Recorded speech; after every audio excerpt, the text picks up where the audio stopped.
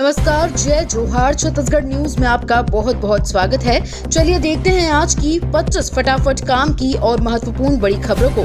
पर इससे पहले आप वीडियो को कहां से देख रही हैं, कमेंट में बताना बिल्कुल ना भूलें। छत्तीसगढ़ सरकार का बड़ा फैसला, एमएसपी पर होगी दलहन तिलहन की खरीदारी। छत्तीसगढ़ सरकार ने किसानों और महिलाओं के लिए बड़ा फैसला लिया है। सरकार ने इस बार प्रदेश का 1,62,100 करोड़ रुपए का बजट पेश किया। इस दौरान ये भी ऐलान किया कि प्रदेश में पेट्रोल की कीमतें 1 रुपए कम होंगी। सरकार ने दलहन तिलहन को एमएसपी पर खरीदने का फैसला भी किया है। इसके अलावा 8 लाख महिलाओं को लखपति दीदी बनाने का लक्ष्य रखा गया है। छत्तीसगढ़ में सस्ते दामों पर मिलेगा घर, वन टाइम सेटलमेंट योजना 2 का हुआ शुभारंभ। छत्तीसगढ़ में अब आवास के तहत किफायती दरों पर घर उपलब्ध होंगे। इसके लिए छत्तीसगढ़ गृह निर्माण मंडल ने वन टाइम सेटलमेंट योजना 2 का शुभारंभ कर दिया है। इस योजना के तहत राज्य भर में स्थित आवासीय और व्यावसायिक भवनों में छूट मिलेगी। इस योजना के तहत छत्तीसगढ़ में इस दिन बंद रहेंगी सभी शराब दुकानें। छत्तीसगढ़ में होली के दिन 14 मार्च को शुष्क दिवस घोषित किया गया है। इस दिन सभी शराब दुकानें बंद रहेंगी। अगर इस दिन कोई व्यक्ति शराब बिक्री करते पकड़ा गया तो उसके खिलाफ कड़ी कार्रवाई की जाएगी। आदेश में स्पष्ट रूप से कहा गया है कि गैर लाइसेंसीकृत जगहों पर शराब की बिक्री या परोसने पर भी सख्त रोक रहेगी, जिसमें मदिरा का जब्तीकरण और दोषियों पर आपराधिक मामले दर्ज किए जाएंगे। छत्तीसगढ़ में पीएम जन औषधि योजना बन रही वरदान, लोगों को मिल रही सस्ती दवाइयां। छत्तीसगढ़ के गौरेला, पेंड्रा, मरवाही जिले में प्रधानमंत्री जन औषधि केंद्र ने स्थानीय लोगों को काफी फायदा पहुंचाया है। जन औषधि केंद्र से लोगों को काफी सस्ती दवाइयां मिल जाती हैं। इससे स्थानीय लोगों को आर्थिक रूप से फायदा हो रहा है। आपको बता दें कि जन औषधि केंद्र में 50 से 80% तक दवाइयां सस्ती दरों पर मिल जाती हैं। प्रधानमंत्री जन औषधि केंद्र में 2000 से ज्यादा दवाइयां उपलब्ध हैं, जो लोगों को बहुत ही सस्ते दामों में मिल जाती हैं। महतारी वंदन योजना में फिर से जुड़ेगा नाम, इसी महीने से शुरू होगी प्रक्रिया।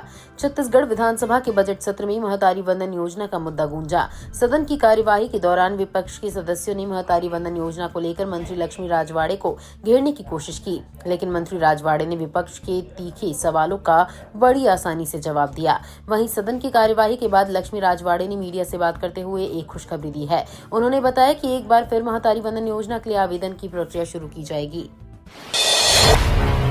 मुख्यमंत्री विष्णुदेव साय की पहल पर ग्रामीण अर्थव्यवस्था को मजबूत कर रहा है मनरेगा। छत्तीसगढ़ में ग्रामीण अर्थव्यवस्था को गति देने और रोजगार सृजन को बढ़ावा देने के उद्देश्य से मुख्यमंत्री विष्णुदेव साय के नेतृत्व में महात्मा गांधी राष्ट्रीय ग्रामीण रोजगार गारंटी अधिनियम के तहत कई नए नवाचार किए जा रहे हैं। ये पहल न केवल गांवों में बेरोजगारी को कम कर रही है, बल्कि स्थानीय संसाधनों का समुचित उपयोग कर ग्रामीणों की आय में भी वृद्धि दर कर रही है। ग्रामीणों अर्थव्यवस्था देश की आर्थिक रीढ़ है। रोड एक्सीडेंट में घायलों का 1.5 लाख तक फ्री इलाज। रोड एक्सीडेंट में घायलों को मार्च से 1.5 लाख रुपए तक का फ्री में इलाज मिलेगा। ये नियम प्राइवेट हॉस्पिटल के लिए भी अनिवार्य होगा। NHAI के इसके लिए नोडल एजेंसी का काम करेगा। यदि इलाज में 1.5 लाख से ज्यादा का खर्च आता है तो बढ़ा बिल मरीजों को भरना होगा। बता दें कि इस योजना को लागू करने से पहले बीते 5 महीनों में पुडुचेरी, असम, हरियाणा और पंजाब सहित 6 राज्यों में पायलट प्रोजेक्ट चलाया गया, जो सफल रहा।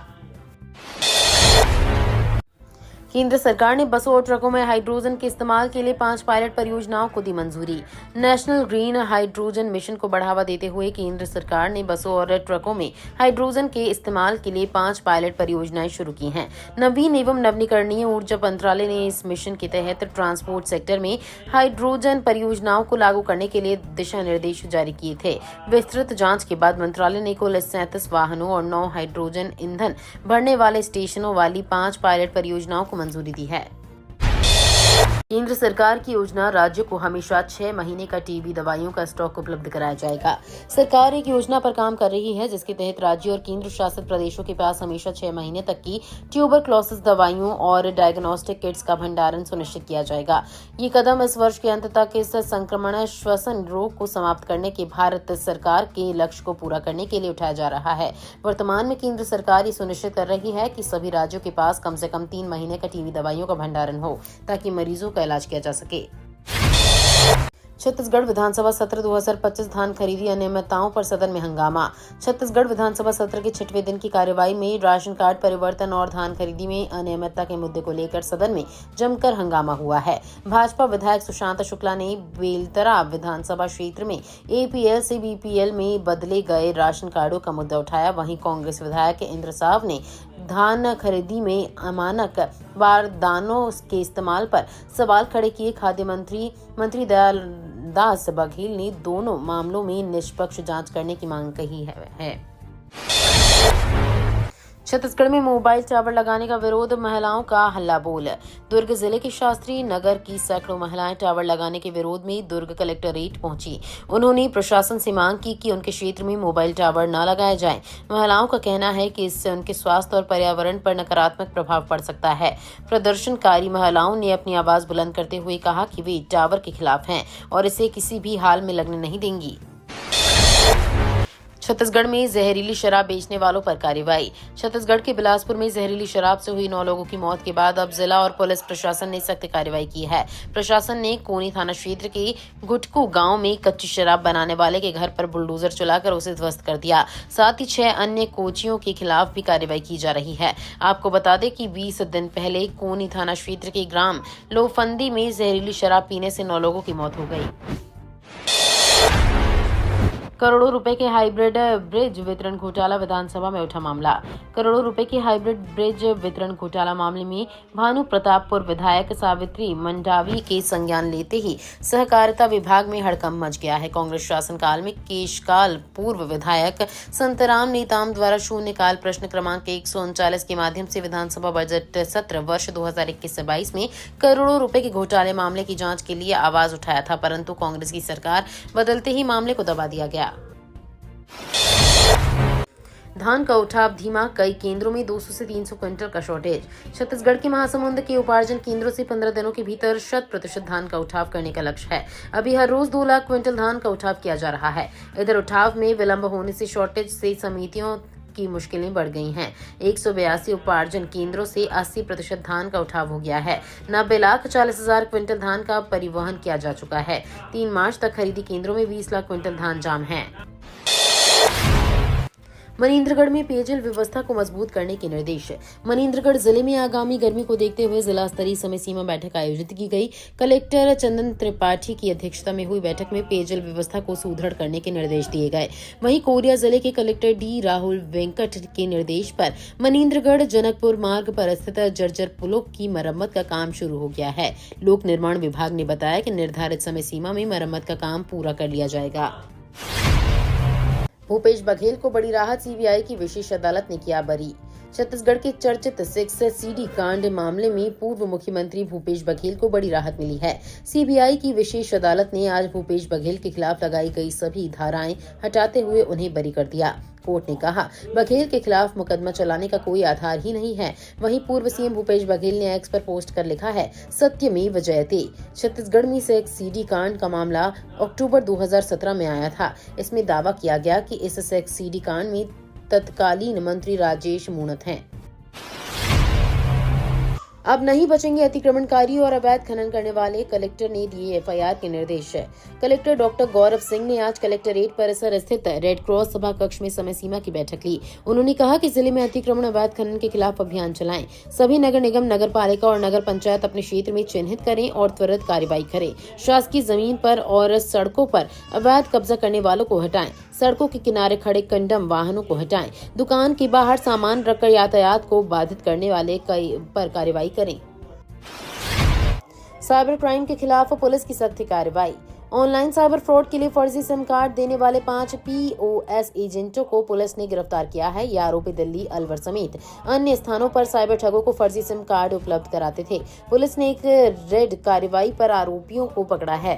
पुलिस ने इन आरोपियों के खिलाफ धारा 66 INF 316, 336 BNS के तहत कार्रवाई की है और आगे की जाँच जारी है। 5 जनपद पंचायतों पर भाजपा का कब्जा, कांग्रेस का सूपड़ा साफ।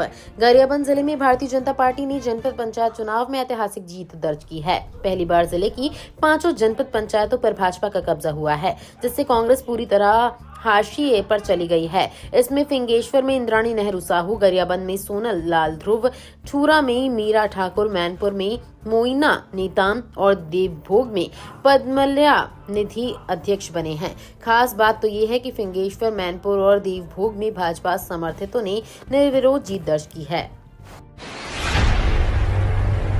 सुप्रीम कोर्ट का ऐतिहासिक फैसला। सुप्रीम कोर्ट ने प्राइवेट अस्पतालों की मनमानी पर लगाम लगाने की मांग वाली याचिका पर सुनवाई की। इस दौरान सुप्रीम कोर्ट ने केंद्र सरकार को गाइडलाइन बनाने का आदेश दिया, जिससे प्राइवेट अस्पताल आम लोगों का शोषण न कर सकें। सुप्रीम कोर्ट ने कहा कि राज्यों की जिम्मेदारी है कि वे लोगों के लिए सही मेडिकल सुविधा की व्यवस्था करें। कुछ राज्य सरकारें जरूरी मेडिकल सुविधा उपलब्ध कराने में असफल रही हैं, इसलिए प्राइवेट अस्पताल मनमानी कर रहे हैं।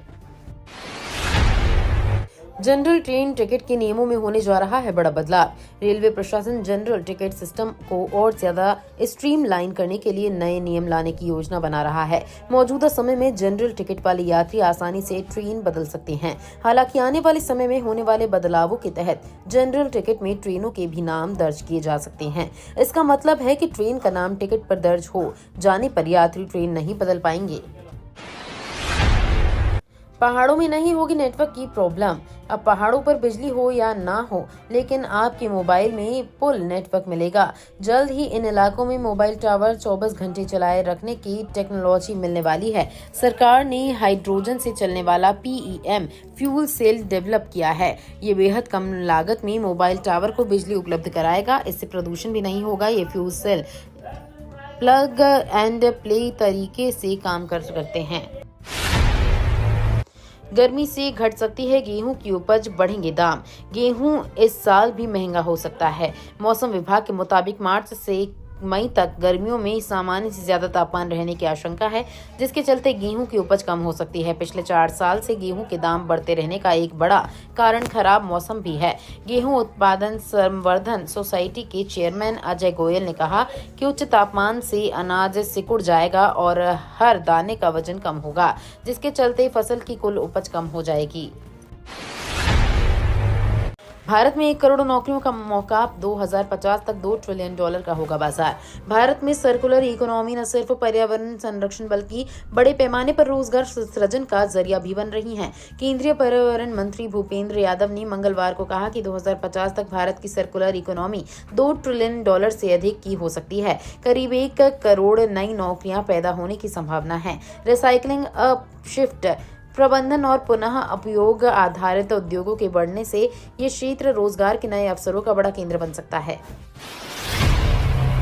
छत्तीसगढ़ मौसम में बदलाव, ठंडी हवाओं के साथ तापमान में गिरावट की संभावना। छत्तीसगढ़ में एक बार फिर मौसम में बदलाव देखने को मिल रहा है। पश्चिमी विक्षोभ की स्थिति के कारण प्रदेश में उत्तर दिशा से ठंडी हवाओं की आगमन की संभावना जताई जा रही है। इससे आगामी दिनों में न्यूनतम और अधिकतम तापमान में हल्की गिरावट होने की उम्मीद है। हालांकि मौसम विभाग के अनुसार प्रदेश में मौसम शुष्क बना रहेगा और किसी प्रकार की बारिश की संभावना नहीं है।